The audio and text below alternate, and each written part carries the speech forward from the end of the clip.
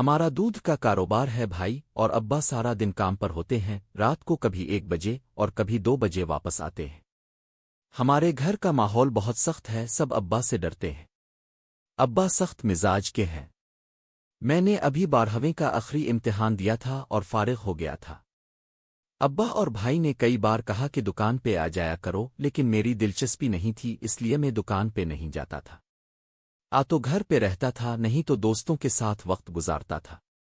ابا اور بھائی جب دکان پہ چلے جاتے تو گھر کا ماحول بالکل بدل جاتا اور سب لوگ سکون کا سانس لیتے۔ بھابھی بغیر دوپٹے کے گھر میں گھومتی رہتی تھیں، بھائی کی شادی کو 2 سال ہو چکے تھے اور ابھی تک کوئی بچہ نہیں ہوا تھا۔ میں صبح دیر سے سو کر اٹھا، جب میں کمرے سے باہر آیا تو گھر کا ماحول بدل چکا تھا۔ بہن اور بھابھی ٹی وی دیکھ رہی ہوتی تھیں، اماں کچن میں ہوتیں، کبھی اماں اور کبھی بھابھی مجھے ناشتہ دیتی۔ میں ناشتہ کرتا اور دوستوں کی طرف نکل جاتا۔ زندگی اسی طرح چل رہی تھی کہ اچانک اس زندگی میں ایسا موڑ آیا کہ سب کچھ بدل گیا۔ اب میں آپ کو بتاتا ہوں کہ یہ سب کیسے ہوا۔ دوستوں میں بیٹھ کر محبت کی فلمیں تو بہت دیکھتا تھا، لیکن کبھی پیار کا موڈ نہیں ہوا تھا کہ کوئی لڑکی مل جائے تو اسے پروپوز کروں گا۔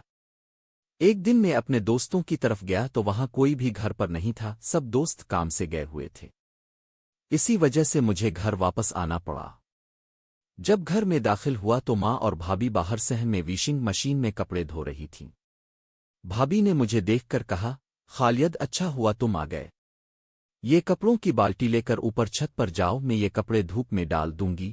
میں نے کپڑوں سے بھری بالٹی اٹھائی اور اوپر چلا گیا۔ پیچھے بھابھی بھی اوپر آ گئی۔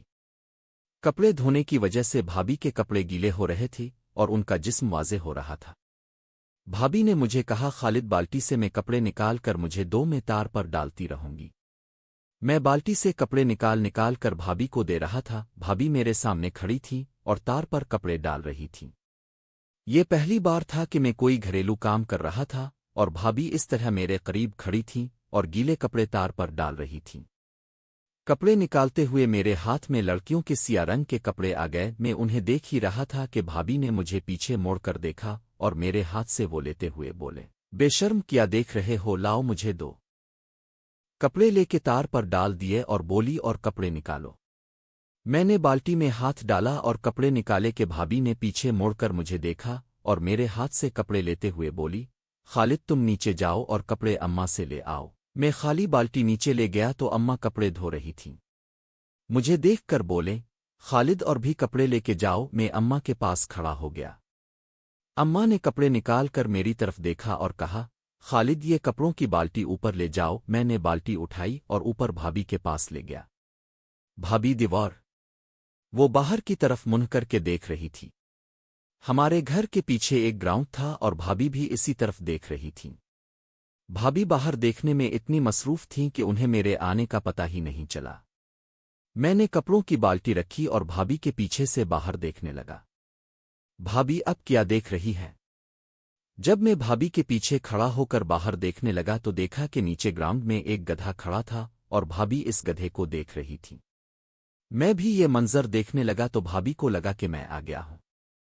جب انہوں نے پیچھے مڑ کے مجھے دیکھا تو بولے، وہ کیا کر رہے ہو؟ کچھ شرم ہے تمہیں؟ سوری بھابھی، میں بھی باہر دیکھ رہا تھا کہ بھابھی کیا دیکھ رہی ہے۔ بھابھی بولیں، اوکے، لیکن آئندہ ایسی حرکت نہ کرنا ورنہ تمہارے بھائی اور ابا کو بتا دوں گی۔ میں نے کہا، بھابھی سوری، آئندہ نہیں ہوگا، معاف کر دیں۔ بھابھی بالٹی سے کپڑے نکال کر تار پر ڈالنے لگیں اور کپڑے ڈال کر نیچے چلی گئیں۔ میں نے شکر ادا کیا کہ بات زیادہ خراب نہیں ہوئی، کیونکہ اس وقت بھابھی بھی یہ سین دیکھ رہی تھی، اس لیے بھابھی نے کچھ زیادہ نہیں کہا۔ جب میں نیچے جانے لگا تو خیال آیا کہ بھابھی جو اپنے کپڑے ڈال کر گئی ہے انہیں دیکھا جائے۔ میں اوپر گیا۔ میں اکیلا تھا، بھابھی نیچے چلی گئی تھی اور میں کپڑے الٹ پلٹ کر دیکھ رہا تھا کہ بھابھی اوپر آ گئی اور مجھ سے بولی، خالد یہ کیا کر رہے ہو؟ بھابھی کی آواز سنتے ہی میں نے کپڑے تار پر ڈال دیے اور نیچے چلا گیا۔ آج کا دن بہت عجیب تھا، کچھ سمجھ نہیں آ رہا تھا کہ کیا ہو رہا ہے۔ نیچے آ کر میں گھر سے باہر چلا گیا اور گھومنے لگا۔ اسی دوران بھائی کی کال آ گئی کہ کہاں ہو؟